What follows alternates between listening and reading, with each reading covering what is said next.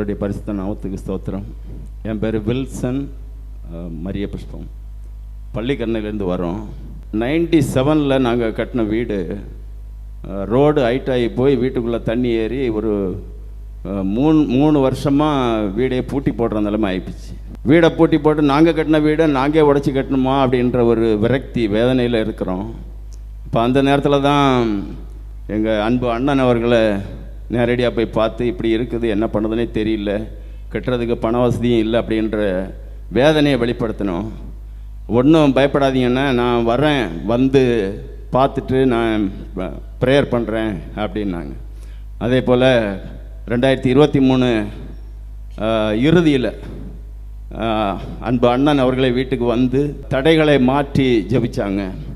தாவீதுனுடைய விழுந்து கிடந்த கூடாரத்தை திருப்பி கட்டுவேன் என்று சொன்ன அந்த வசனத்தையும் வச்சு நான் சகலத்தையும் புதிதாய் மாற்றுகிறேன் என்ற அந்த வசனத்தை எங்களுக்கு தந்து அண்ணன் எங்களுக்கு ஒரு அட்வைஸ் பண்ணாங்க. அண்ணன், இந்த வீட்டில் இருந்து ஆண்டவர் புதுசாக ஒரு நல்ல ஒரு வீட்டை கட்டி தருவார், இந்த வீட்டில் இருந்து எந்த ஒரு பொருளும் புதிய வீட்டுக்கு நீங்கள் எடுத்துகிட்டு போகக்கூடாது அப்படின்னு ஆவிக்குரிய கண்களை கண்டு எங்களுக்கு தரிசனமாக எங்களை சொல்லி ப்ளஸ் பண்ணிட்டு வந்தாங்க. ஆண்டவருடைய கிருபையில் கடந்த வருஷம் ஏப்ரல் மாதம் வீடு வேலையை ஆரம்பித்து இந்த டிசம்பர் மாதம் அண்ணன் அவர்களே வந்து பிரதிஷ்டை பண்ணி தர மாதிரி அதுலேயும் நாங்கள் அதில் ஒரு சிங்கிள் வீடு தான் கட்டியிருந்தோம். ஆண்டவருடைய கிருபையில் அதில் 2 மாடி வீடுகளை கட்டி தந்தார் ஆண்டவர். இந்த தடைகளை மாற்றி எங்களுக்கு வீட்டை கட்டி தந்த கர்த்தருக்கு நன்றி செலுத்துகிறோம். தடைகளை மாற்றி எங்களுக்கு வழியை ஆயத்தம் பண்ணி தந்த எங்கள் அன்பு அண்ணன் அவர்களுக்கும் நன்றியை தெரிவிச்சுக்கிறோம்.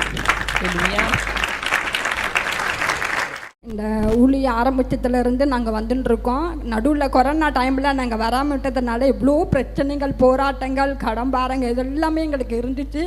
இருந்தாலும் இந்த இடத்த அட்ரஸ் கண்டுபிடிச்சி நாங்கள் இங்கே வந்துட்டுக்கு ஆண்டவருக்கு நன்றி சொல்கிறேன். அது ஐயா கூட எங்களுக்கு பாரமாக ஜெபிப்பாங்க. இவ்வளோ மழையிலையும் இவ்வளோ தண்ணிலையும் நாங்கள் வந்திருக்கோம் இந்த இடத்துக்கு. போன மாதம் பார்த்தீங்கன்னா சங்கீதம் 127 கர்த்தராலே சுதந்திரித்து கொள்ளுவீங்கன்னா ஐயா கொடுத்த வார்த்தை வந்து எங்கள் அக்காவுடைய ராஜபாளையத்தில் இருக்காங்க. அவங்களோட வீட்டில் வந்து 5 சவரன் நகையை வந்து பீரோவை திறந்து எடுத்துகிட்டு போயிட்டாங்க. அவங்க ஜனவரி மாதத்துலேருந்து காணாமல் போயிடுச்சு அந்த நகை. அவங்க வந்து ரொம்ப கஷ்டப்பட்டாங்க. அந்த மகளுக்காக கல்யாணத்துக்கு நிற்கிறா, சேர்த்து வச்சு இந்த நகையை 5 சவரம் அப்படியே அழுக அவங்க. அப்புறம் வந்து எங்கள் ப்ரேயர் பண்ணிக்கோங்க அப்படின்னு சொல்லி எங்ககிட்ட சொன்னாங்க. நான் இங்கே வந்து மாதம் வந்து ஜோம் பண்ணிட்டு இருப்பேன். ஆண்டவரே அந்த நகை எங்கேயாவது இருந்துச்சுன்னா யாராவது எடுத்துகிட்டு வந்து கொடுத்துருந்தோம்ப்பா, அந்த இதை கலக்குங்கப்பா நீங்கள் அப்படின்னு சொல்லி வருத்தமாக அழுதுன்னு இருப்பேன் நான். அதே மாதிரி போன மாதம் ஐயா பார்த்தீங்கன்னா அந்த வார்த்தையை கொடுத்தாரு, கர்த்தரால் சுதந்திரத்தை கொள்வீங்க அப்படின்னு சொல்லிட்டு. அப்பா எங்கள் அக்காவுடைய நகையை சுதந்திரத்தை கொள்ளட்டோம்ப்பா, நாங்கள் சாட்சி வந்து சொல்கிறேன் ஆண்டவர். இந்த இடத்துல நாங்கள் எவ்வளோக்கு நேசிக்கிறோமோ ஐயாவே நேசிக்கிறோம் ஆண்டவர். நீங்கள் அந்த வார்த்தையை எங்களுக்காக நீங்கள் எனக்கு கொடுத்ததுக்காக நன்றி. அதே பார்த்தீங்கன்னா அந்த வாரம், அந்த போன மாதம் வாரத்தில் நாங்கள் வந்தோம். மறுநாளே வந்து திங்கக்கிழமை அன்னைக்கு அந்த நகை கிடச்சிச்சு. கோணி பையில் மூட்டை கட்டி தூக்கி வந்து போட்டுட்டாங்க. கர்த்தருடைய பரிசுத்த ஸ்தோத்திரம். என்னோடய பேர் ரஞ்சித் சாமுவேல். நான் கேளம்பாக்கத்துலேருந்து நாங்கள் வரோம். எனக்கு மேரேஜ் ஆகி ஒரு 8 மந்த்ஸ் ஆகுது. என்னோடய ஒய்ஃப் அபிகேல். நான் இங்கே தான் சேக்ரட் ஹார்ட் ஸ்கூலில் 8 வருஷமாக ஒர்க் பண்ணிகிட்டு இருந்தேன். அதுக்கப்புறம் என்னோடய மேரேஜ் நிமித்தமாக நான் வேறு ஸ்கூல் மாறுற மாதிரி இருந்தது. இங்கே எனக்கு வர வேண்டிய பிஎஃப் எல்லாமே கரெக்டான டைமில் எனக்கு போட்டாங்க. பிஎஃப் போர்ட்டலில் போய் அப்ளை பண்ணும்போது எனக்கு நிறையா டிலே ஆச்சு. நான் ஆறுதலை தேடி கூட்டம் வந்து நவம்பர் மாதம் இங்கே வந்தப்போ ப்ரேயர் ரிக்வெஸ்ட் எழுதி கொடுத்தேன். எனக்காண்டி ப்ரேயர் பண்ணாங்க ப்ரேயர் டவர்லேருந்து. அடுத்த மாதமே எனக்கு டிசம்பர் மாதம் வாரத்துலேயே வந்து எனக்கு அந்த பணம் எல்லாம் எனக்கு வர கிருபை தந்தாங்க. எனக்கு இருந்த கடன் பிரச்சனை எல்லாமே தீர்ந்தது. அதுக்கப்புறமா எனக்கு வந்து என்னோடய ஒய்ஃப்க்கு வேலைக்காக கேட்டு ப்ரேயர் ரிக்வெஸ்ட் எழுதி கொடுத்துருந்தேன். அதுவும் இந்த ஜனவரி மாதம் 31ஆம் அவளுக்கு வேலை கிடைக்க கர்த்தர் கிருபை தந்தாங்க. அப்புறம் எனக்கு ரீசெண்டாக கொஞ்ச நாளில் இப்போ நான் சமீபமாக வேலை பார்த்துட்டு இருந்த ஸ்கூலில் கொஞ்சம் ப்ராப்ளமாகி எனக்கு வேலை கிடைக்காமல் இருந்தது. அந்த 1.5 மாதம் மார்னிங்கில் வந்து எனக்கு ரொம்ப இதுவாக இருக்கும், கஷ்டமாக இருக்கும். அந்த டைமில் எனக்கு வந்து காலையில் மங்கள வார்த்தை பார்ப்பேன். அது எனக்கு ரொம்ப ஆறுதலாக இருந்தது. நான் எங்கெல்லாம் இன்டர்வியூ போகிறேன் அப்போலாம் காலைல பார்ப்பேன். எனக்கு ஒரு பலனாக இருந்தது. இந்த சாட்சி, இந்த சிறு சாட்சியை கர்த்தர் தான் நான் சொல்லிப்பேன்.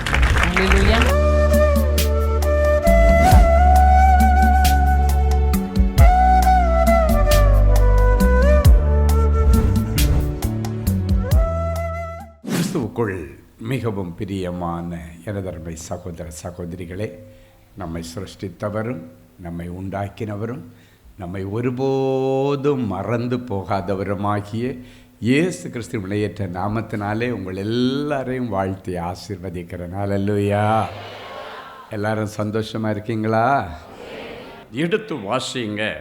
ஏசாயா தீர்க்கதரிசியின் புஸ்தகம் 56ஆம் அதிகாரம் 7வது வசனம் வாசிக்கலாமா? நான் என் பரிசுத்த பர்வதத்திற்கு கொண்டு வந்து என் ஜெப வீட்டிலே அவர்களை மகிழ பண்ணுவேன்.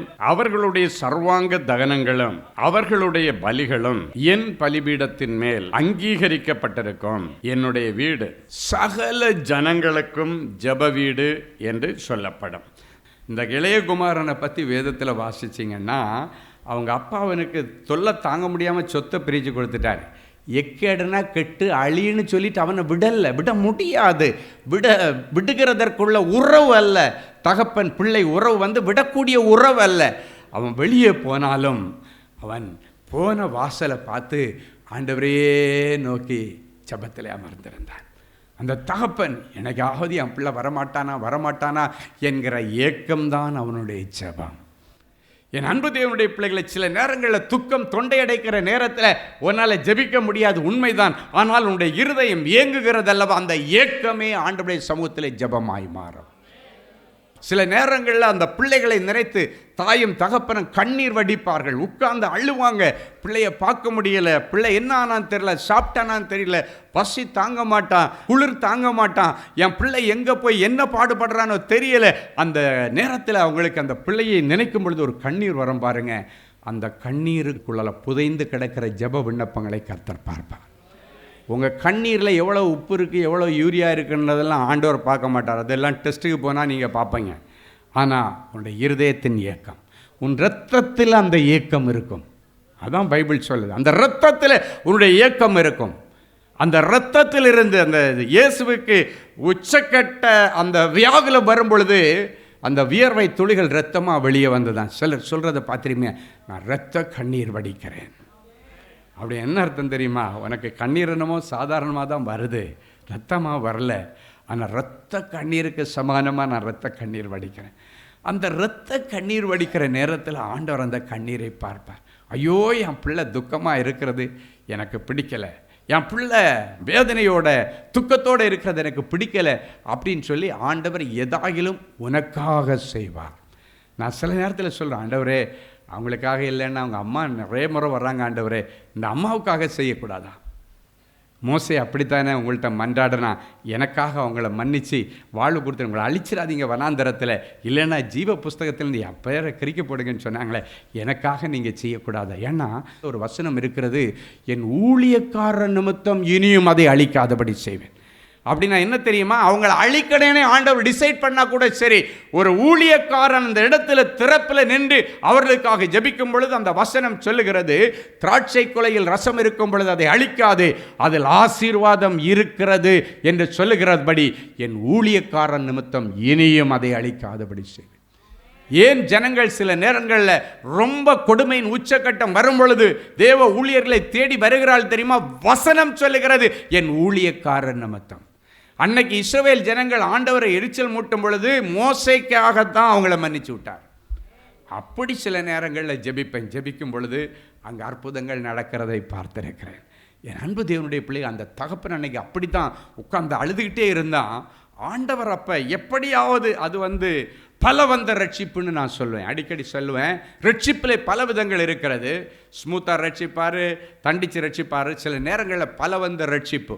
அந்த பலவந்த ரட்சிப்பு வரும்போது என்ன ஆகுன்னா, அவன் நான் அப்படி பண்ணிடுவேன், இப்படி பண்ணிடுவேன், இதை சாதிச்சிருவேன், அதை சாதிச்சிருவேன்னு போவான். ஆண்டவர் எல்லா டோரையும் க்ளோஸ் பண்ணிடுவார். க்ளோஸ் பண்ணிவிட்டு அவனை உணர வச்சிருவார். அதான் பலவந்த ரட்சிப்பு. அப்போ பாருங்க, அப்படிப்பட்ட ஒரு பலவந்த ரட்சிப்பு தான் இளையகுமாரனுக்கு கிடைத்தது. அவன் வேலை செய்கிற பன்னி மேய்க்கிற இடத்துல பன்னிகளுக்கு கொடுக்குற தவிடு கூட சாப்பாட்டுகளில் கஷ்டப்படும் பொழுது தான் தகப்பன் வீட்டை நினைக்கிறான். நினைக்க வைத்தவர் ஆண்டவர். என் அன்பு தேவனுடைய பிள்ளை சொல்கிறான், எங்கள் அப்பா வீட்டில் வேலைக்காரங்க எவ்வளவு விதமாக சாப்பிட்றாங்க, இங்கே நான் அவ்வளோ வசதியான வீட்டில் இருந்துட்டு சாப்பாடு தவிடு கூட கிடைக்கலையே, பண்டிகைகளுக்கு கிடைக்கிற ஆகாரம் கூட கிடைக்கலையே என்று சொல்லும் பொழுதுதான் தகப்பன் வீட்டை தேடி போனான். தகப்பன் வீட்டிலே அவனுக்கு சந்தோஷமான வரவேற்பு. மனம் திரும்புகிற பாவியின் நிமித்தம் பரலோகத்தில் மிகுந்த சந்தோஷம் உண்டாகும். எனக்கு ஆண்டவர் சொல்லார், உங்கள் குடும்பத்தில் மிகுந்த ஆனந்த சந்தோஷத்தை கர்த்தர் செய்வார். ஹல்லேலூயா. அது ஆண்டவருக்கு லேசான காரியம். அன்னைக்கு போன உடனடியாக அவங்க அப்பா சொல்கிறான், போய் உங்கள் வேலைக்காரங்களை ஒருத்தனை வைங்க. எதுக்குப்பா நீ வேலைக்காரன்? நீ என் பிள்ளைடா. நீ தப்பு பண்ணாலும் நீ என் பிள்ளை தான். நீ தப்பு பண்ணுறதுக்காக வேண்டிய உன்னை வேலைக்காரனை வைக்க மாட்டேன். உடனே புதிய செருப்பு, புதிய மோதிரம், பயங்கர அவ்வளோதான் கடா அடித்து வெட்டி ஒரு பயங்கரமான விருந்து. உங்கள் வீட்டில் ஒரு பெரிய விருந்தை கர்த்தர் கொண்டு வர போகிறார். ஹல்லேலூயா. உங்கள் வீட்டில் யார் ரட்சிக்கப்படலையோ கர்த்தர் இன்றைக்கு ஒரு பலவந்த ரட்சிப்பாகிலும் செய்து உன் பிள்ளையை கண்டிப்பாக ரட்சிப்பார். அதன் நிமித்தம் உங்கள் வீட்டில் ஒரு களி கூறுதல். ஹல்லேலூயா. ஜெப வீட்டின் நன்மைகள். முதலாவது ஆண்டவர் சொன்னார் ரட்சிப்பின் மகிழ்ச்சி என்று ஆண்டவர் சொன்னார். ரெண்டாவது ஆண்டவர் சொல்கிறார் கிருபையினால் ஒரு மகிழ்ச்சி. சங்கீதம் 90:14-15 ஆகிய வசனங்கள் இப்படியாய் சொல்லுகிறது, நாங்கள் எங்கள் வாழ்நாளெல்லாம் களிகூர்ந்து மகிழும்படி காலையிலே எங்களை உம்முடைய கிருபையினால திருப்தியாக்கும். தேவரீர் எங்களை சிறுமைப்படுத்தின நாட்களுக்கும் நாங்கள் துன்பத்தை கண்ட வருஷங்களுக்கும் சரியாய் எங்களை மகிழ்ச்சியாக்கும். ஹல்லேலூயா. இன்னிலிருந்து உங்கள் வாழ்நாளெல்லாம் நீங்கள் களிகூர்ந்து மகிழும்படி. கடந்த காலங்களெல்லாம் வேதனையும் துக்கமும் அழுகையும் பற்கடிப்பும் இருந்திருக்கலாம். ஆனால் இன்றைக்கு ஆண்டவர் சொல்றார், வாழ்நாள் எல்லாம் இனி களிகூர்ந்து மகிழும்படி ஆண்டவர் சொல்றார், என் கிருபையினாலே உங்களை திருப்தியாக்குவேன். அப்படின்னா எப்போ ஒரு மனுஷன் அழ ஆரம்பிக்கிறான், எப்போ அவனுக்கு துக்கம் வரும்னா, இவன் எதிர்பார்க்காத இழப்புகள், பிரச்சனைகள், வியாதிகள், கஷ்டங்கள், கடன்கள் வரும் பொழுது அவனுடைய இருதயம் துக்கம் அடைகிறது. அப்போ ஆண்டவர் சொல்கிறாரு, ஒருவேளை அந்த துக்கத்தை சந்தோஷமாக மாற்றுறதுக்கு உனக்கு தகுதி இல்லைனாலும் இன்னைக்கு கிருபையை பேஸ் பண்ணி உன் துக்கத்தை சந்தோஷமாக மாற்ற போகிறேன். அதான் இந்த வசனம். இது மோசேயுடைய ஒரு சங்கீதம், இது தாவீதினுடைய சங்கீதம் அல்ல. அவன் சொல்கிறான், ஆண்டவரே நாங்கள் எங்கள் வாழ்நாளெல்லாம் இனி களி கூர்ந்து மகிழணும். 440 வருஷம் நாங்கள் கஷ்டப்பட்டாச்சு. இந்த எகிப்தில் ரொம்ப கஷ்டப்பட்டேன். 4 தலைமுறை 4-5 தலைமுறை நாங்கள் கஷ்டப்பட்டாச்சு. அதனால் இப்போ இல்லை, எங்களுக்கு ஒரு விமோச்சனத்தை கொடுத்துருக்கிறீங்க. அதனால் இன்னிலிருந்து இனி வாழ்நாள் எல்லாம் நாங்கள் களிகூர்ந்து மகிழும்படி எங்களை உமது கிருபையால் திருப்தியாக்கும். தேவரீர் எங்களை சிறுமைப்படுத்தின நாட்களுக்கும் நாங்கள் துன்பத்தை அனுபவித்த கொடுமைகளை அனுபவித்த வருஷங்களுக்கும் சரியாய் எங்களை மகிழ்ச்சியாக்கும். ஒரு அழகான ஜெபத்தை சொல்கிறேன். எப்போ சொல்கிறேன் தெரியுமா? அந்த எகிப்தின் அடிமைத்தனத்தில் நாங்கள் வெளியே கொண்டு வந்துட்டு, போதும் ஆண்டவரே, நம்ம பாஷையில் சொன்னால் இந்த வசனத்தினுடைய சாராம்சத்தை நம்ம பாஷையில் சொன்னால், போதும் ஆண்டவரே, இதுக்கு மேலே என்னால் முடியலை, இதுக்கு மேலே என் லைஃப் ஃபுல்லாக உங்கள் சந்தோஷமும் சமாதானமும் என் கூட இருக்கும்படி எனக்கு உதவி செய்யுங்கன்னு. போதும் ஆண்டவரே, இதுக்கு மேலே என்னால் தாங்க முடியாது. எனவே நான் எவ்வளவுக்கு எவ்வளோ கஷ்டப்பட்டனோ அவ்வளவுக்கு அவ்வளோ என்னை சந்தோஷமாக நீங்கள் மாற்றுங்க. அவ்வளவுக்கு அவங்கள என்னை திருப்தியாக வைங்க, மகிழ்ச்சியாய் வைங்க. ஏன்னா நாங்கள் துன்பத்தை கண்டிருக்கிறோம், வேதனைகளை அனுபவிச்சிருக்கிறோம். எனவே நாங்கள் துன்பத்தை கண்ட வருஷங்களுக்கு சரியாக, நாங்கள் சிறுமைப்படுத்தப்பட்ட வருஷங்களுக்கும் சரியாக எங்களை மகிழ்ச்சியாக்கும். எத்தனை பேர் ஆமேன்னு சொல்ல முடியும்? ஸோ உங்கள் துக்கத்தை, உங்களுடைய மனசை துக்கப்படுத்தின சம்பவம் என்ன, அதை இப்போ உங்கள் மனசில் கண்களுக்கு முன்பாக கொண்டு வாங்க. அது எதுவாக வேணாலும் இருக்கலாம். கடனாக இருக்கலாம், வியாதியாக இருக்கலாம், இல்லைன்னா ஏதோ ஒரு வழக்காக இருக்கலாம், உன் தோல்வியாக இருக்கலாம், வியாபாரத்தில் வந்த நஷ்டங்களாக இருக்கலாம். எது உங்கள் இருதயத்தை ரொம்ப துக்கப்படுத்திச்சோ அதை இப்பொழுது உங்கள் மனக்கண்களுக்கு முன்னால் கொண்டு வாங்க. இந்த வசனத்தின்படி இப்போ ஆண்டவர் உங்களுக்கு அற்புதம் செய்ய போகிறார். கிருபையை பேஸ் பண்ணி அந்த பிரச்சனையிலிருந்து ஒரு ஆண்டவர் வெளியே கொண்டு வர தருணத்தை இந்த நாளிலே கர்த்தர் உங்களுக்கு கொடுக்க விரும்புகிறார். அது அப்படியே எல்லாரும் உங்கள் மனசுக்கு முன்னால் கொண்டு வாங்க. எது உங்கள் இருதயத்தை ரொம்ப அழுத்திட்டு இருக்கு, எந்த காரியம் உன் இருதயத்தை ரொம்ப பாரப்படுத்திட்டு இருக்கு, எதை நினச்சி ரொம்ப துக்கப்படுகிற, யாராவது உன் மேலே அபாண்டமான பழியை போட்டாங்களா, அவங்க பண்ணிட்டு அந்த தப்பை உங்கள் மேலே திருப்பி போட்டாங்களா, இல்லைன்னா நீ செய்து உனக்கு வர வேண்டிய பலனை யாரோ ஒருத்தர் எடுத்துட்டாங்களா, இல்லைன்னா உனக்கு நியாயமாய் வர வேண்டிய ஏதோ ஒன்று இன்னொரு வரலாறு திருடப்பட்டு விட்டதா, வஞ்சிக்கப்பட்டு விட்டதா, இல்லைன்னா உன் பிள்ளையை குறித்த காரியத்தில் நடக்க வேண்டிய காரியங்கள் என்ன நடக்கலை என்ற துக்கத்தில் இருக்கிறியா, என்ன காரியம் உன்னை அழித்து கொண்டிருக்கிற வசனத்தின்படி தேவரீர் உங்களை சிறுமைப்படுத்தின நாட்களுக்கும் நீங்கள் துன்பத்தையும் கஷ்டத்தையும் கடனையும் அனுபவித்த வருஷங்களுக்கும் இனி சரியாக உங்களை மகிழ்ச்சியாக்குவேன் என்று உங்களுக்கு சொல்லுகிறார். இஸ்ரவேல் ஜனங்களுக்கு இந்த வார்த்தை பலிப்பதற்கு 430 வருஷம் ஆயிடுச்சு. ஆனால் ஆண்டவர் சொல்ல இனி சிறுமைப்படுத்த மாட்டேன்னு ஆண்டவர் சொல்கிறார். அன்றைக்கு அன்னாள் தேவ சமூகத்திலே ஜெப வீட்டிலே வந்து அழுகிறார். ஆண்டவரே, என்னை சிறுமைப்படுத்தின நாட்கள் என்று சொல்லுகிறார். என் சிறுமையை கண்ணோக்கி பார்த்து எனக்கு ஒரு ஆண் பிள்ளையை தாரும் என்று கேட்டாள். இன்னைக்கு நீ எந்த காரியத்திலே சிறுமைப்படுத்தப்பட்டிருக்கிறாய்? அவ வந்து அழுதுட்டு சொன்னா, ஆலயத்தில் வந்து ஜெப வீட்டில் வந்து என் சிறுமையை கண்ணோக்கி பார்த்து ஒரே ஒரு பிள்ளையை கொடுத்தீங்கன்னா அந்த பிள்ளையை உங்களுக்காகவே நான் கொடுத்துட்றேன் ஆண்டவரே. சிறுமையை கண்ணோக்கி பார்க்கிற ஜெப வீடு. எனக்கு ஆண்டவர் சொல்கிறார், அந்த சிறுமையை கண்ணோக்கி பார்த்து ஒரே ஒரு பிள்ளையை தாங்கன்னு கேட்டால் ஆண்டவர் ஒரு ஆண் பிள்ளையை அவள் கேட்டது மாதிரி கொடுத்தது மாத்திரமல்ல, அதன் பிறகு அடுக்கடுக்கான பிள்ளைகளை அவள் பெற்றுக்கொண்டாள். ஆண்டவருக்காக ஒரு பிள்ளையை கொடுத்தாள். ஒரே பிள்ளை தந்தா போதும். ஆனால் ஆண்டவருடைய ஆசை என்னென்னா, நீ நினைக்கிறதற்கும் வேண்டிக் கொண்டதற்கும் ஜெபித்ததற்கும் மிகவும் அதிகமாய் செய்கிறாள். அவன் சொல்கிற, வாழ்நாளெல்லாம் நீ எங்கள் வாழ்க்கையில் களி கூர்ந்து மகிழும்படி உம்முடைய கிருபையினால் எங்களை திருப்தியாக்கும். துன்பத்தை கண்ட வருஷங்கள், அவமானத்தை கண்ட வருஷங்களுக்கு சரியாக அவளை மகிழ்ச்சி ஆக்கினார். இன்னைக்கு உங்களுக்கும் அப்படியே செய்வார். மூன்றாவதாக, கடைசியாக, பெரிய நன்மைகளை வழங்கி மகிழ்ச்சியை கொடுப்பார். நன்மைகளினால் மகிழ்ச்சி, பெரிய நன்மைகள். சங்கீதம் 126:2-3 சொல்லுகிறது. நாம் வாசித்து முடிக்கப் போகிறோம். அப்பொழுது நம்முடைய வாய் நகைப்பினாலும் நம்முடைய நாவு ஆனந்த சத்தத்தினாலும் நிறைந்திருந்தது. அப்பொழுது கர்த்தர் இவர்களுக்கு பெரிய காரியங்களை செய்தார் என்று புற ஜாதிகளுக்குள்ளே சொல்லிக் கொண்டார்கள். கர்த்தர் நமக்கு பெரிய காரியங்களை செய்தார், இதன் நிமித்தம் நாம் மகிழ்ந்திருக்கிறோம். எல்லாரும் ஒரு நிமிஷம் என்ன பாருங்க. நீங்கள் ஒரு காரியத்துக்கு ரெடி ஆயிருங்க. என்ன காரியம்? உங்கள் வீட்டில் நடக்கிற பெரிய நன்மையான விசேஷங்களின் நிமித்தம் நீங்கள் ஸ்தோத்திர கூட்டம் வைக்கிறதுக்கு ரெடி ஆயிருங்க. ஹல்லேலூயா. ஆண்டவர் சொல்கிறார், ஸ்தோத்திர கூட்டத்துக்கு ரெடி ஆயிருங்க. ஆமீன். அதான் இந்த வசனம். நம்முடைய நாவு ஆனந்த சத்தத்தினால் நிறைந்திருந்தது, கர்த்தர் இவர்களுக்கு பெரிய காரியங்கள் செய்து என்று புறஜாதிகள் சொல்லுகிறது மாத்திரமல்ல, கர்த்தர் எனக்கு பெரிய காரியத்தை செய்தார், இதன் நிமித்தம் நாங்கள் மகிழ்ந்திருக்கிறோம் என்று நீங்கள் சொல்லத்தக்கதாக கர்த்தர் இன்னைக்கு ஒரு அற்புதத்தை செய்வார். ஹல்லேலூயா. என் அன்பு தேவனுடைய பிள்ளைகளே, இந்த ஜெப வீட்டில் நீங்கள் வந்தீங்கன்னா நன்மையானவைகளை அள்ளி கொண்டு போகலாம். தீமையானவைகளை அள்ளுகிற இடம் அல்ல ஜெப வீடு. நன்மைகளை அள்ளி கொண்டு போகிற இடம்.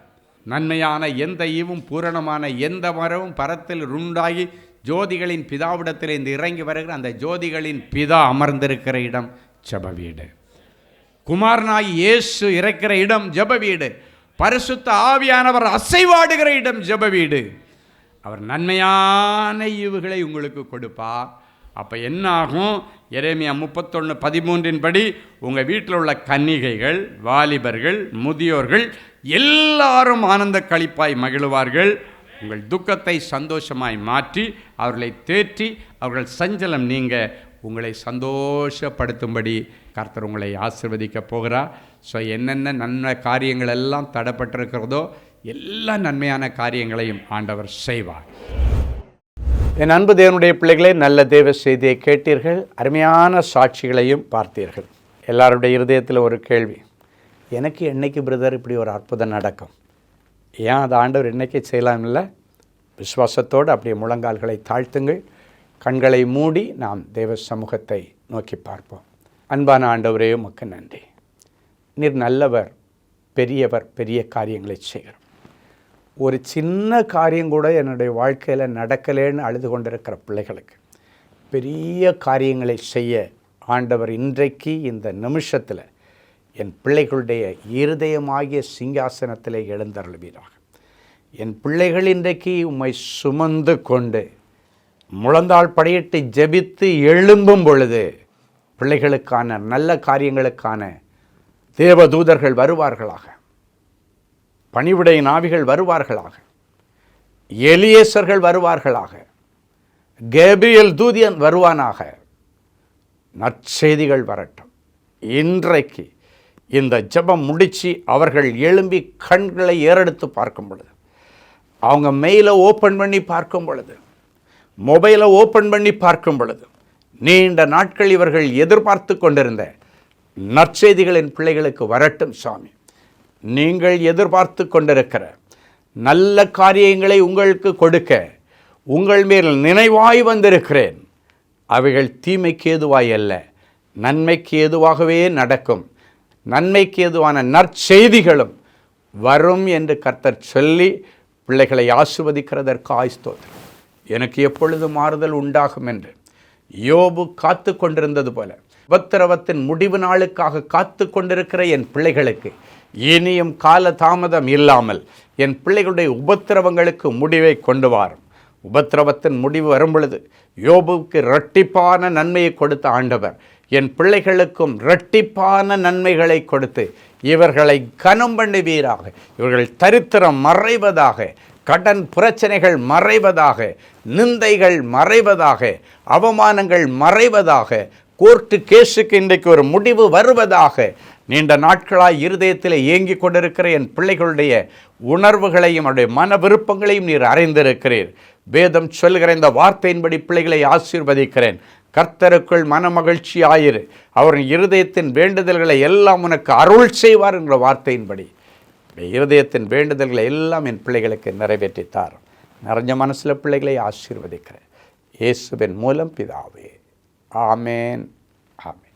ஜெனசிஸ் கிரியேஷன்ஸ் மீடியா அகாடமி நடத்தும் சம்மர் பிரேக் ஸ்கில் மேக் பள்ளி பயிலும் மாணவ மாணவியருக்கு ஒரு அரிய வாய்ப்பு.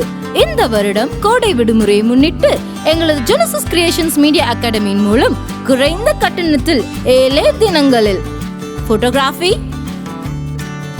வீடியோகிராஃபி, போட்டோஷாப், வீடியோ எடிட்டிங் ஆகிய தொழில் கல்விகளை மிக சிறந்த முறையில் பயிற்றுவிக்க நாங்கள் திட்டமிட்டுள்ளோம். மேலும் விவரங்களுக்கு 7824850999 என்ற எண்களை தொடர்பு கொள்ளவும். கிறிஸ்துவுக்குள் அன்பானவர்களே, ஆண்டவராகிய இயேசு கிறிஸ்துவின் இனிய நாமத்தில் அன்பின் வாழ்த்துக்கள்.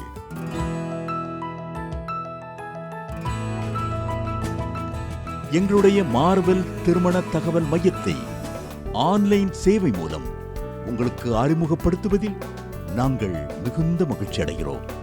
எங்களது மார்வெல் திருமண மையம் கிறிஸ்தவ குடும்பத்தில் திருமணத்திற்கு ஆயத்தமாயிருப்பவர்கள் தங்களுக்கு ஏற்ற வாழ்க்கை துணையை தேர்ந்தெடுக்க சிறந்த திருமண சேவை மையமாக இருக்கிறது.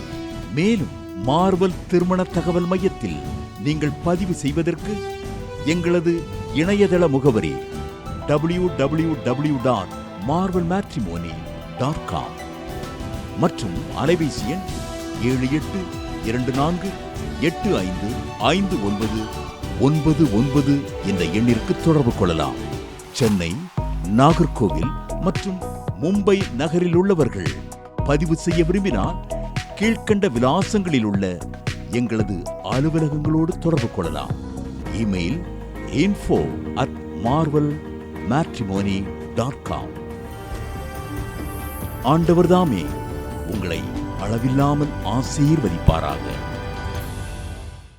அன்பு தேவனுடைய பிள்ளைகளே, இந்நிகழ்ச்சியின் மூலம் நீங்கள் பெற்றுக்கொண்ட ஆசீர்வாதங்களை உங்கள் ஜெப விண்ணப்பங்களையும் அனுப்ப வேண்டிய முகவரி தேவனின் அன்பு ஊழியங்கள், எண் 340B பார் 1A 3B1 Vinayak avenue, OMR road, Okkiyam, Thoraipakkam, Chennai 600097. இது இந்தியன் ஆயில் பெட்ரோல் பங்க் எதிரில் அமைந்துள்ளது மற்றும் காக்னிசன்ட் டெக்னாலஜி சொல்யூஷன்ஸ் அருகிலும் அமைந்துள்ளது. மின்னஞ்சல் prayer@godsloveministries.co.in.